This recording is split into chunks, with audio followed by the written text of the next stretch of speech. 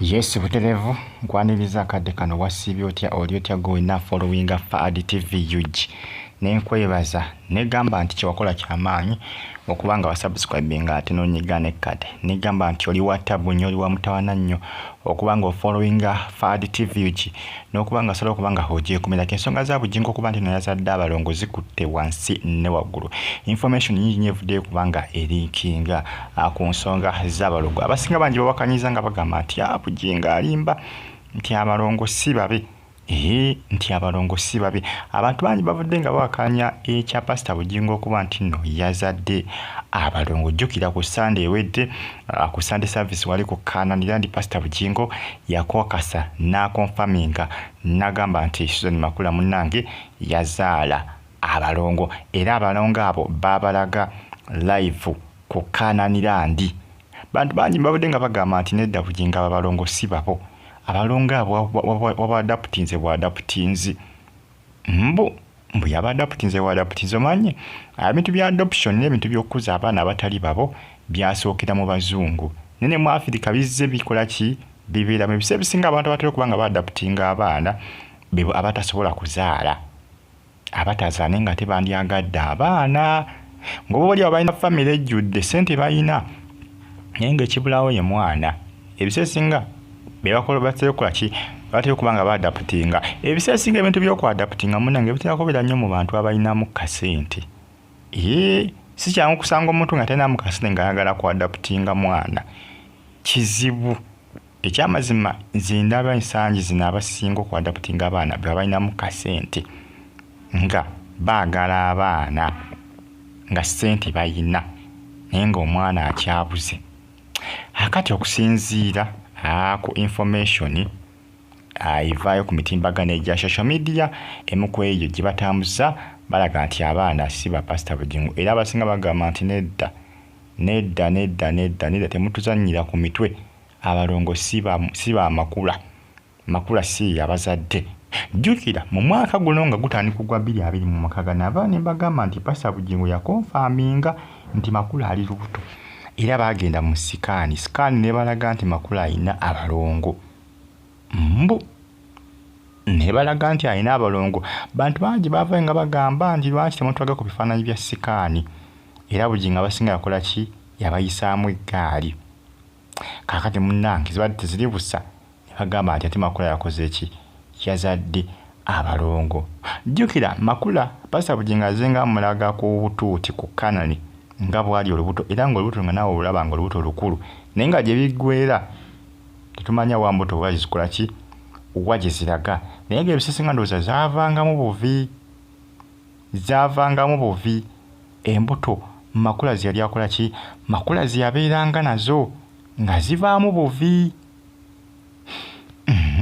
kaakati nno munnange abasinga beewakanyiza nga bagamba nti makula tazaala naye nga atejjukira makula already alina omwana alina omutabani omukulu ebiseera singa bagamba nti omuntu yenna nga yazaalako dda already kisoboka kale obutaddamu kuzaala naye ebiseera singa omuntu atasobola kuzaalirako ddala yo omuntu atazaalangako nga byagaana naye omuntu waba nga azaalako dda omwana kiba kyangu okuddamu okuba nga azaala omulala kiba kyangu nnyo kati ekyebuuzibwa kiriwo ekituufu abaana bamakula ne bujingo abaana babadaputinze bwadaputinze kubanga osinza ku information etambula ku mitimbagano eraga nti abaana bano babadaputinze bwadaputinze kyosobola okuyita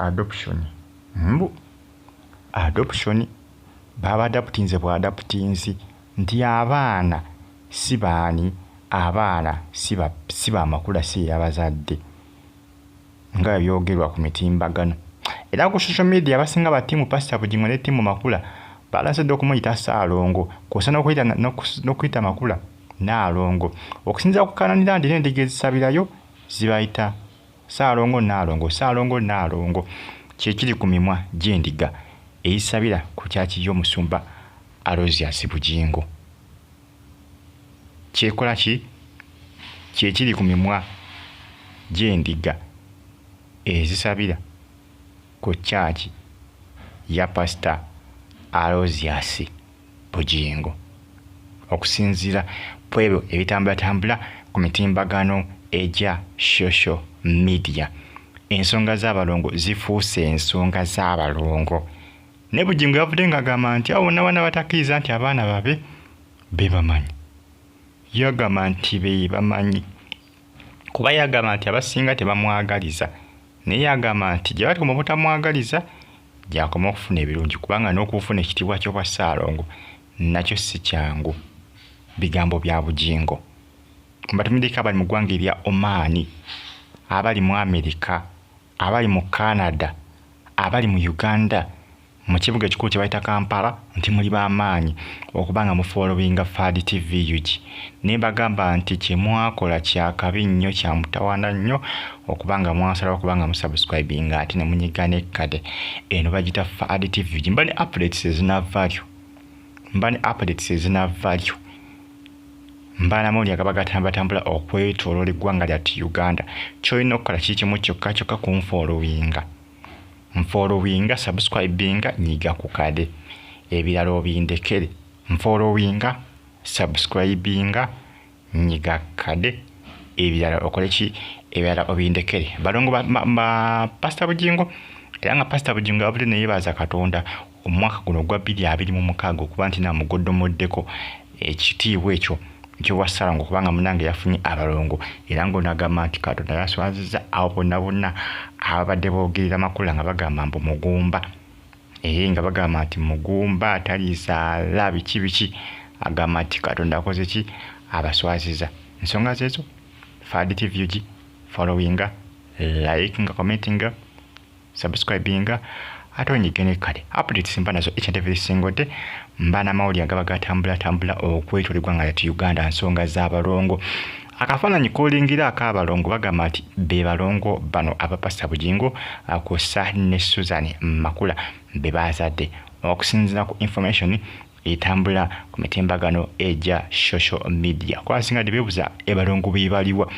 Akafaananyi keeko. Ndozosobodde okuba nga olaba akafaananyi ak'abalongo. Akafaananyi keeko. Naye bigambo bingi nnyo ebyogerwa ku baana bano baba.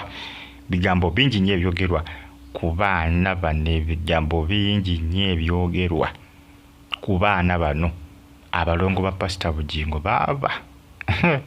Bannange Bannayuganda bagamba nti nedda totuzannyira ku mitwe. Abo abalongo si babo.